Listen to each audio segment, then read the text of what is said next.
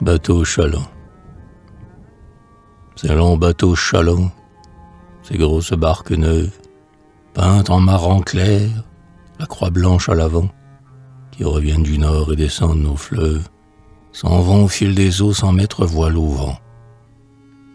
À leur coque, toujours lisse et bien goudronnée, on aime à reconnaître un ménage flamand, dans son nid à fleurs d'eau tranquille maisonnée.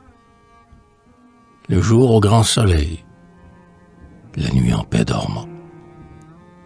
En relief sur le pont, la cabine du maître, coquette et toute blanche, elle est juste au milieu, comme autrefois dans l'arche, et par chaque fenêtre, au calme intérieur descend un rayon bleu. Des brassières d'enfants, de petites vareuses, sèchent au soleil clair, tout près du grand filet, et la mer, berçant de ses deux mains heureuses, un gros joufflu qui rit, la breuve de son lait. Des plants de réseda parfument la cabine, et de petits rosiers, parfois même des lys, on y voit s'enrouler la rouge capucine aux clochettes d'azur des hauts volubilis.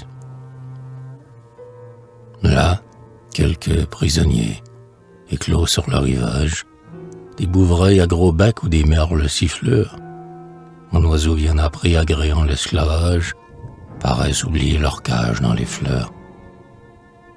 Et plus d'une hirondelle, à bon droit curieuse, d'une aile indépendante en pleine liberté, passe comme une folle et sauvage rieuse, en frôlant de son vol tout ce monde enchanté.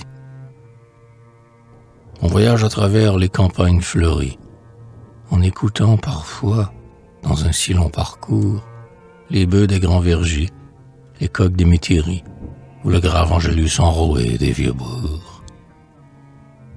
Les yeux suivent longtemps ces barques fortunées, riches de beaux enfants et de fleurs et d'oiseaux, qui vont avec lenteur, à petites journées, vrai paradis flottant sur le miroir des eaux.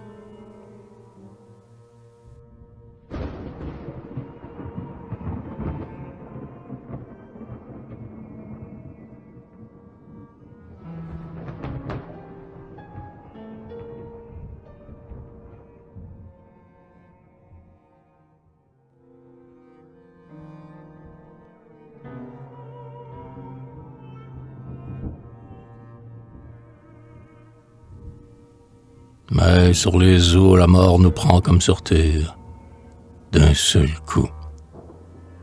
Le patron, qui n'a pas ses 30 ans, va chercher, comme tous, la clé du grand mystère. Il tombe en plein bonheur. Il a fini son temps. Songeant à ses petits, c'est alors que la veuve, en essuyant ses pleurs, prend, d'un geste viril, le haut commandement du maître sur le fleuve. Si le cœur lui manquait, l'homme que dirait-il? Et refoulant en elle une sombre pensée, elle rit aux enfants sans quitter son travail, sur le fond clair du ciel, tout en noir, adossé à la barre du large et puissant gouvernail.